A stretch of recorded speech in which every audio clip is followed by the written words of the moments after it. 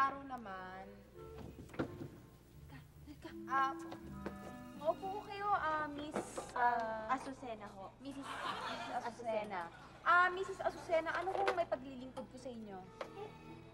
Dok, kasi itong mister ko, akala niya aso siya. Paano niyo nasabi yun? Kasi, Dok, jumijingle siya kung saan-saan.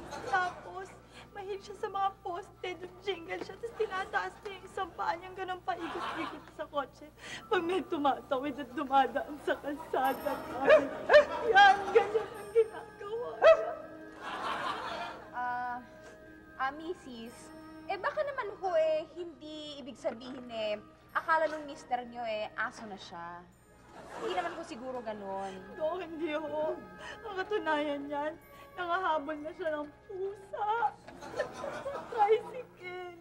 Tapos, pag dumadalaw ang nanay ko, kinakagat niya sa paa. Natural lang po yun na magalit ang mister niyo sa biyenan niya. Walang masama doon. Natural lang po yun. Hindi po.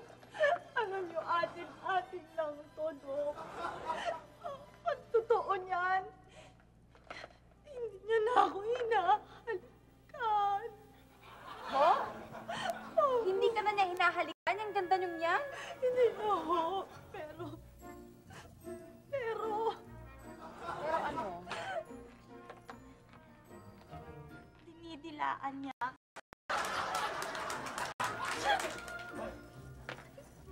Mrs. Sa palagay ko ho malala na yung mister nyo. Wala na ho akong may tutulong sa inyo Pwede na kayong umuwi. Mabuti pa gawin nyo, ikadena nyo siya sa bakuran o kaya ikulong nyo na lang. Dok, hindi ho pwede. Paano mga anak namin? Paano sila kakain? Paano sila mag-aaral? Saan kami titira? Paano ang pang-shopping? Sa kanya lang kami umaasa. Ko, ano ba ito problema binigyan niyo sa akin? Hindi ko na kaya to. Mrs.! Mrs.! Mrs.! Gising po! Excuse me?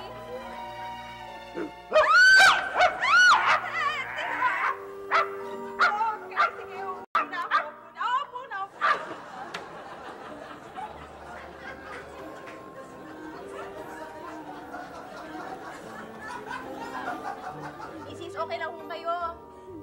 Oo, okay na ho kayo. Mas masal na ho ako. Mrs., may naisip po ako. Huwag ho kayo mag-alala dahil meron akong naisip. Ihahanap ko siya ng trabaho para hindi na kayo magugutom. Ang gagawin ko ngayon, tatawag ho ako sa kumpare kong nasa Special Forces ng pulis. Bibigyan ko siya ng trabaho ngayon din. Talaga ho, Dok. Ako, salamat. Salamat.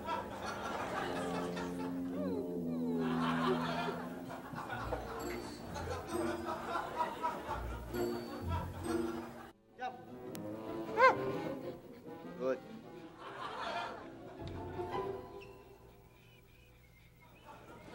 Mga anak, nakita niyo naman may bago ng trabaho ang daddy niyo. I'm so proud.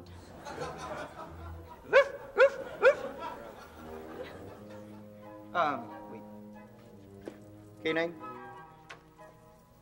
Yung bag. Yung...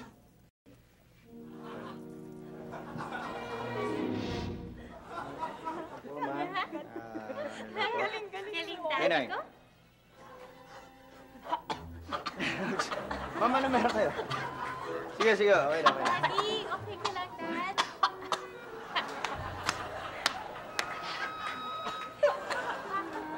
Bakit daddy mo? Nakalo?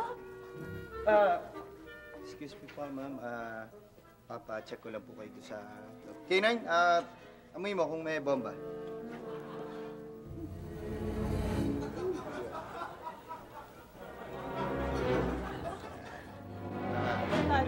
talaga, ma'am. Mahigpit po ngayon kasi Ayan, bakit pati baon ko pinakailaman mo?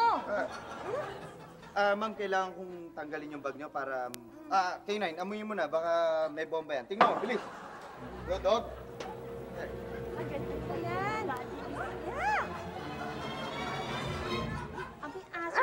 Aso Amuyin mo. talaga. Ma'am, steady lang ho kayo para matapos na agad. Sige.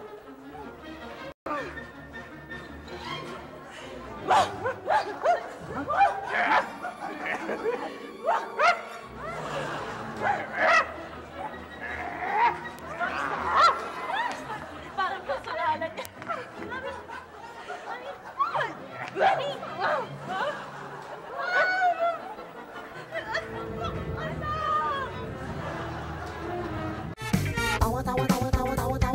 Anytime, anyone, anyhow. Halika manood at sumigaw. Anywhere in the